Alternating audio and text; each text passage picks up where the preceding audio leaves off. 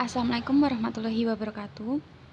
Di sini kelompok kami akan mempresentasikan hasil dari penelitian kami yang berjudul Penggunaan WhatsApp dan YouTube sebagai media edukasi COVID-19 di Dusun Sanggrahan RW 6 Wates Magelang Utara.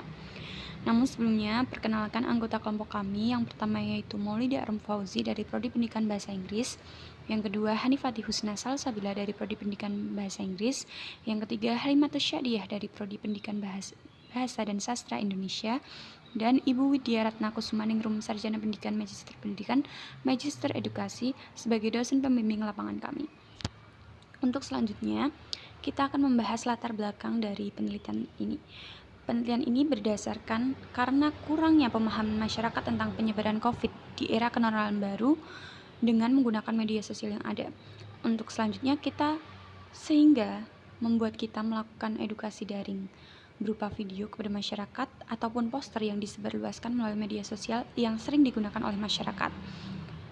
Kita akan mensosialisasikan dan mengedukasi masyarakat mengenai COVID-19 dengan konten yang disesuaikan dengan kebutuhan pemahaman masyarakat mengenai COVID-19 tersebut. Untuk selanjutnya, rumusan masalah dari penelitian ini ada 2. Yang pertama yaitu mengenai bagaimana cara meningkatkan pemahaman masyarakat tentang penyebaran COVID-19 menggunakan poster dan video. Yang kedua yaitu tentang bagaimana cara meningkatkan efektivitas menggunakan media sosial dalam bersosialisasi.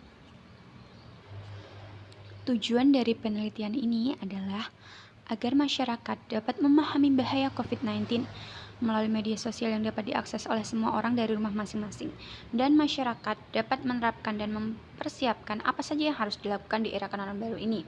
Yang kedua, memanfaatkan media yang paling sering digunakan masyarakat untuk bisa mendapatkan informasi dengan cepat, tepat, dan bisa digunakan kapan saja, di mana saja selama pandemi ini untuk mengetahui informasi tentang COVID-19. Seperti yang kita tahu bahwasanya di era kenormalan baru ini kita dianjurkan untuk menjaga jarak atau social distancing, sehingga ketidakmungkinan untuk melakukan sosialisasi serta edukasi secara langsung di mana dapat menimbulkan kerumunan, sehingga mencari alternatif untuk melakukan edukasi serta sosialisasi melalui daring atau melalui media sosial, di mana masyarakat dapat mengaksesnya dengan mudah tanpa harus menimbulkan kerumunan. Untuk selanjutnya yaitu tentang metode penelitian. Di sini kami menggunakan metode kualitatif, di mana yang pertama kita akan melakukan observasi tentang media apa saja yang paling sering digunakan oleh masyarakat. Observasi ini dilakukan dengan cara daring, dengan cara menyebarkan kuesioner tentang apa saja media yang paling sering digunakan masyarakat dalam mengakses berita atau informasi dari rumah. Untuk selanjutnya, setelah kita mengetahui media apa saja, kita akan menyusun konten tentang pengertian COVID, bahaya COVID, dan cara penanggulangan atau pemutusan rantai virus ini. Untuk selanjutnya, kita buat ke dalam poster maupun video edukasi yang dapat disebarluaskan kepada masyarakat melalui story WhatsApp dan juga grup WhatsApp, di mana grup WhatsApp tersebut berisi atau beranggotakan warga masyarakat Dusun Sanggrahan. Untuk selanjutnya, setelah mereka mendapatkan edukasi dan sosialisasi secara daring melalui poster dan juga video tersebut, kita akan mengetahui seberapa meningkatnya pemahaman masyarakat tentang COVID-19 ini dengan cara menyebarkan kuesioner tentang pemahaman masyarakat mengenai COVID-19 dan juga era kenormalan baru tersebut. Selanjutnya, lokasi penelitian. Lokasi penelitian tersebut tentu saja di Dusun Sanggrahan RW 6 Wates Magelang Utara, sesuai dengan judul penelitian kami. Yang selanjutnya yaitu hasil dan pembahasan. Penelitian ini dilaksanakan mulai dari tanggal 20 Juli hingga 20 Agustus 2020 dengan menerapkan protokol kesehatan yang ada. Pelaksanaan ini sesuai dengan timeline KKN Universitas Tidar 2020.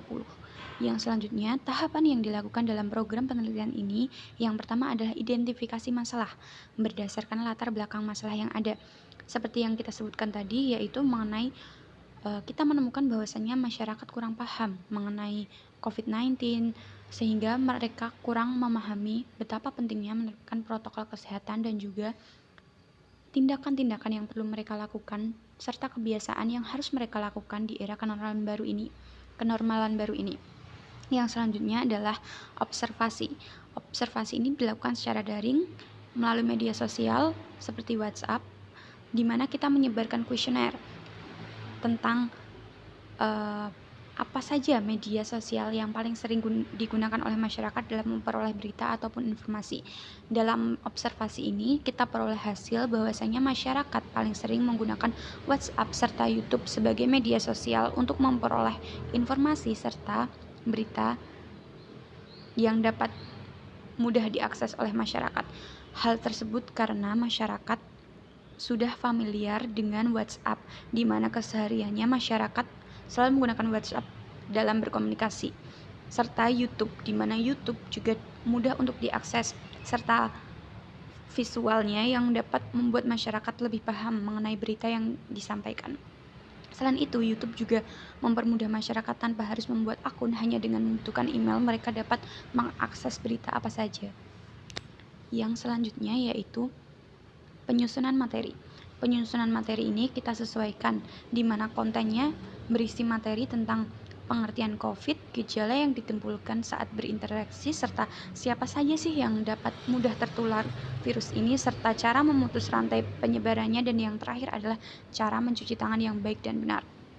Di sini kita juga menjelaskan mengenai kebiasaan yang harus dilakukan dengan di era kenormalan baru ini. Untuk selanjutnya, pelaksanaan edukasi ataupun sosialisasi yang pertama dilakukan secara daring, yaitu dengan mengunggah poster pada tajuk cerita WhatsApp dari masing-masing anggota KKN, serta penyebaran poster melalui grup WA, di mana di situ dalam grup WA itu beranggotakan masyarakat Dusun Sanggerahan. Lalu selanjutnya juga kita menyebarluaskan link YouTube, di mana konten YouTube tersebut telah kita upload di akun YouTube KKN, sehingga masyarakat dapat melihat berita tersebut melalui WhatsApp dan juga YouTube. Untuk selanjutnya, kita melakukan evaluasi pelaksanaan kegiatan, di mana kegiatan ini dilakukan setelah edukasi serta sosialisasi selesai dilaksanakan. Tahapan ini dilakukan untuk mengetahui apakah program ini memiliki daya tarik dan manfaat bagi masyarakat, di mana setelah masyarakat mengakses berita tersebut, masyarakat dapat memperoleh informasi, dan kita ukur seberapa dalam atau seberapa meningkatnya pemahaman masyarakat tentang COVID-19 ini melalui kuesioner yang akan kita bagikan secara daring melalui grup WhatsApp tersebut, sehingga kita dapat mengetahui efek atau efektivitas dari sosialisasi serta edukasi yang telah kita lakukan.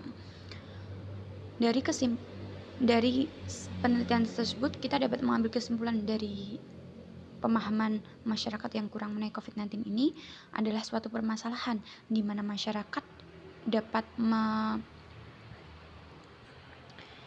mengabaikan atau kurang paham, kurang sadar tentang betapa pentingnya penerapan protokol kesehatan selama masa pandemi ini atau selama masa kenormalan baru ini, sehingga kita melakukan observasi tentang apa saja media yang sekiranya dapat kita lakukan untuk membuat masyarakat lebih paham mengenai COVID-19 ini, di mana diperoleh hasil bahwasanya masyarakat paling sering menggunakan WhatsApp serta video sebagai media untuk memperoleh informasi serta berita mengenai apa saja, sehingga kita dapat memasukkan konten mengenai COVID di kedua media tersebut.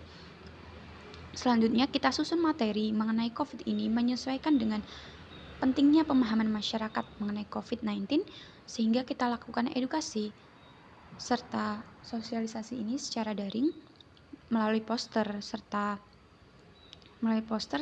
video yang kita unggah ke YouTube.